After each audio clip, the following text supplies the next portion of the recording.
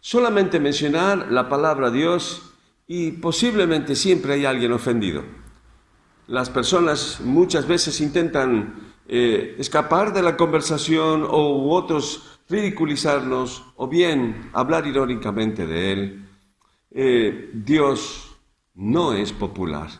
Dios está sentado en el banquillo de los acusados. Dios, no me hables de Dios.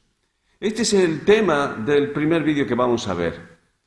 Una creyente y un chico plantean el caso, no me hables de Dios, no quiero escucharlo, para luego defender, por decir así, en qué creen, no defender a Dios, sino dejarlo donde tiene que estar.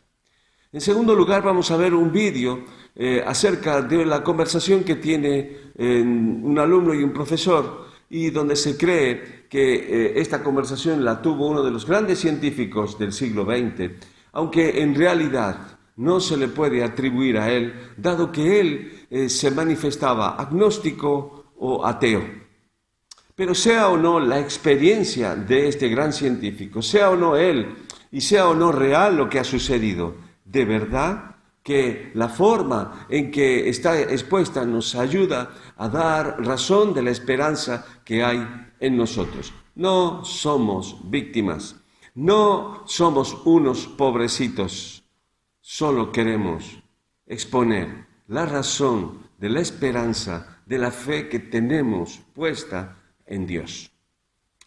No me hables de Dios, porque no voy a escucharte. Y si parece que lo hago, es solo porque te respeto. Asentiré con la cabeza de vez en cuando. Y te lanzaré algún comentario para hacerte ver que lo que me estás contando No tiene ningún sentido. está todo construido en tu cabeza. Es tu creación. Es una idea que pusieron en ti y que has alimentado sin ninguna base sólida. No me hables de Dios, porque yo te hablaré de dolor. De la guerra, de niños que no comen y padres impotentes ante sus lágrimas. No me hables de Dios, porque te hablaré de esclavitud y de pobreza. De todos los hogares que quedaron vacíos de esperanza ante catástrofes naturales. De iglesias llenas de oro que tienen en sus puertas a personas invisibles suplicando una mirada. De la hipocresía que muestran aquellos que dicen seguirle. De los que sonríen, pero luego critican. Te nombraré la lista de aquellos que se muestran vestidos de santidad, que hacen daño a tantos niños. De los que dicen darte en un paquete bendito la solución para tu vida. Pero luego se quedan con tu bolsillo. Mejor no me hables de Dios. Mejor no me hables de Dios, porque sacaré fechas marcadas en la historia por aquellas personas que decidieron matar en su nombre. No me hables de Dios. Mejor no me hables de Dios.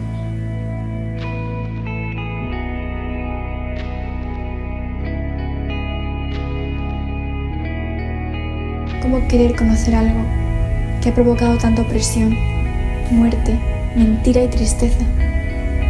No tardo en entender que no quieres conocer algo que no puedes ver. Y no me cuesta comprender que cuando intento hablarte de ese algo, me gires la cabeza porque pienses que pertenezco a una secta. Y no voy a negar que muchas veces parecemos. Tienes razón en no querer conocer, pero es que mi intención ahora no es obligarte a creer, o decirte que estás mal, o que nunca vas a encontrar la felicidad, o que no te vas a ir al cielo. Es triste ver cómo somos famosos por decir esas cosas.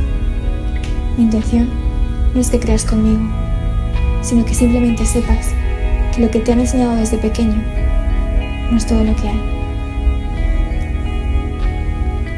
Os voy a contar algo que nos pasó una vez, que nos dejó muy tristes. Estábamos por el Parque del Retiro de Madrid y se nos ocurrió preguntar ¿cuáles son las primeras palabras que se te pasan por la mente cuando digo la palabra Dios e Iglesia? Hubo muchos tipos de respuestas, pero todas tenían algo en común. Eran negativas. Palabras como robo, tradición, timo, aburrido, riqueza, pederastia, opresión, fueron las que predominaron. Y lo último que quiero ahora es que penséis que busco victimizarnos, porque os voy a decir una cosa.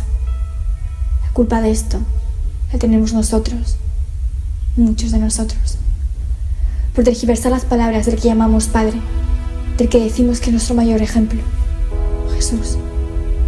Solo quiero que al terminar este vídeo, si le queréis echar la culpa a alguien de todo lo que ha caracterizado a la Iglesia, sea a las personas, a los humanos, que fallamos, pero no a Dios. Hay una gran diferencia entre lo que Dios nos mandó y lo que los humanos hemos hecho. Hemos robado, sí. Y tanto a mí como a vosotros os repugnó. pero a Dios también.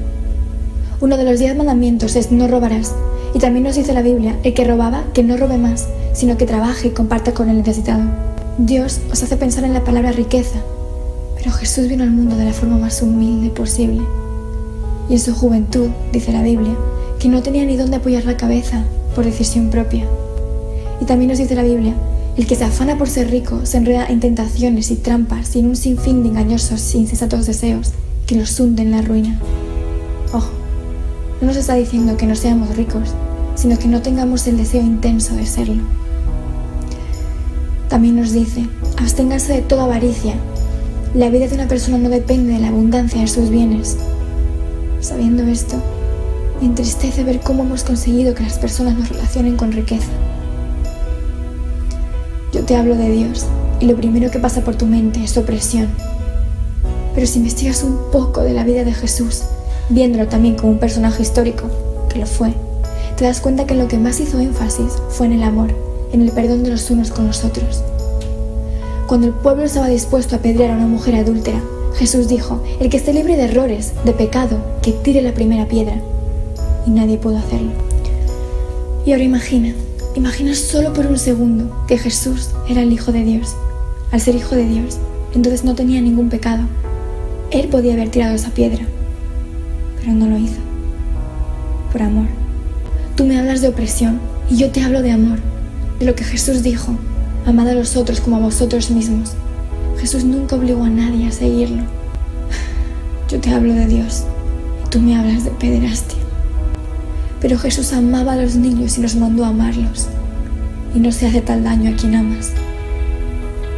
Jesús dijo, dejad a los niños venir a mí y no se lo impidáis, porque el reino de los cielos es de quienes son como ellos. Y también nos dijo que antes de hacer daño a un niño sería mejor atarnos una piedra al cuello y tirarnos al mar. Es fuerte, pero ese es el valor que tienen los niños para Dios.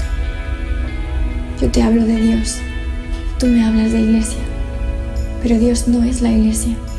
Dios es inmutable y lo que hagan las personas no determina lo que es Dios. Dios quiso crear la iglesia, que su significado primario era casa del Señor y después familia de Dios, para que seamos eso, familia, no una institución como tal. Me puedes negar todo si quieres, pero lo que no me puedes decir es que mi Dios es un Dios ladrón u opresor o que aprueba la pederastia.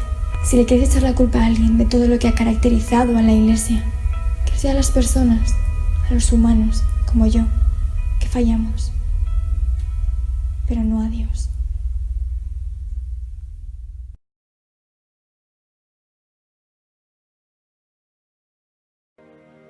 Conversación entre el profesor y el alumno.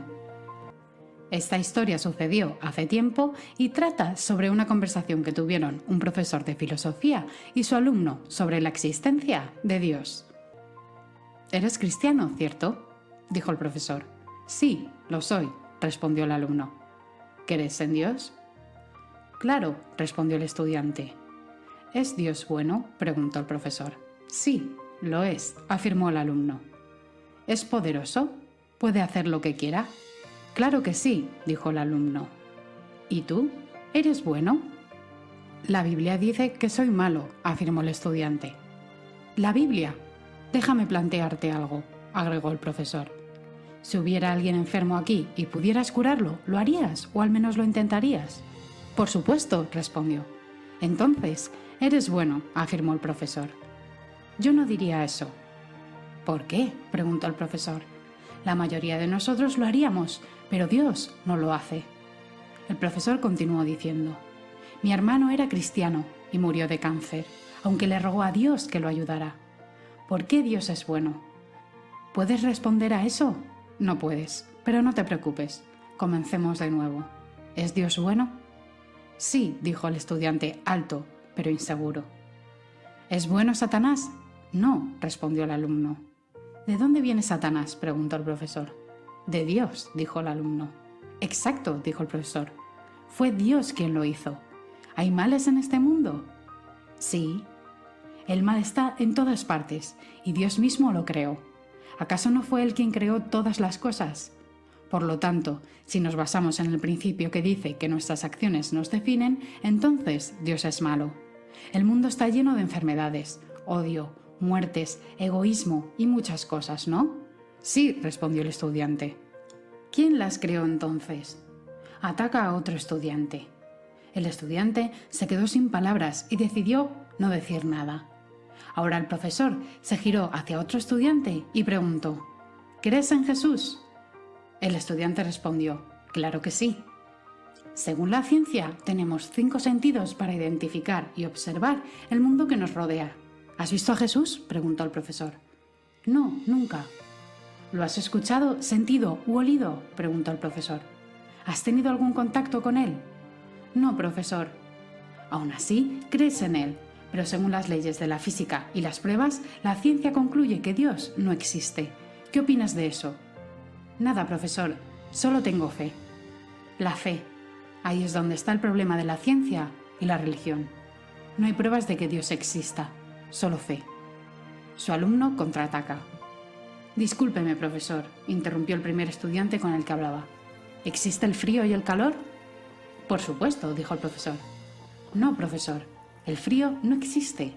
El frío es simplemente la ausencia de calor. El calor lo podemos medir en unidades de energía, pero el frío no.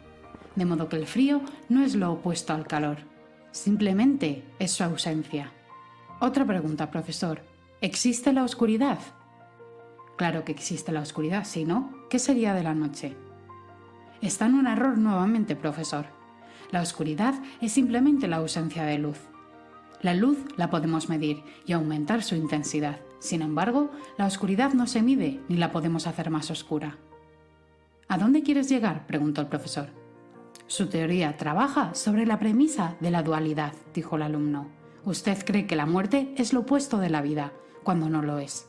La muerte es la ausencia de vida. También dice que hay un Dios bueno y uno malo. Sin embargo, mira a Dios como algo finito, algo que podemos medir, cuando no lo es. Señor, la ciencia no puede explicar un pensamiento. Esta usa la electricidad y el magnetismo, pero nunca lo han visto y menos entendido. Por lo tanto, ver la vida como lo contrario de la muerte es un error. Algo más, usted enseña que venimos de los monos, ¿verdad? Si te refieres a la teoría de la evolución, entonces sí, respondió el profesor. Nadie ha visto la evolución. ¿Ha visto el proceso de la evolución con sus ojos? Nadie lo ha hecho. Tampoco lo han podido tocar ni sentir. De igual forma, no podemos ver su cerebro, tocarlo ni sentirlo. Entonces, ¿cómo podemos saber que de verdad tenga uno? Supongo que solo deben aceptar que tengo uno. ¿Fe?, preguntó el alumno mientras miraba a su profesor. Entonces sí acepta la existencia de la fe. ¿Hay maldad en el mundo? Lo vemos a diario, dijo el profesor. No, respondió el alumno. El mal no existe. Al igual que la oscuridad es la ausencia de luz y el frío la ausencia de calor, la maldad es la ausencia de Dios. Dios no creó el mal, simplemente es la ausencia de su presencia. Esta es resultado de la acción de alejarnos de Dios y de su amor. Y al final de este diálogo, el profesor se sentó siendo incapaz de rebatir a su alumno.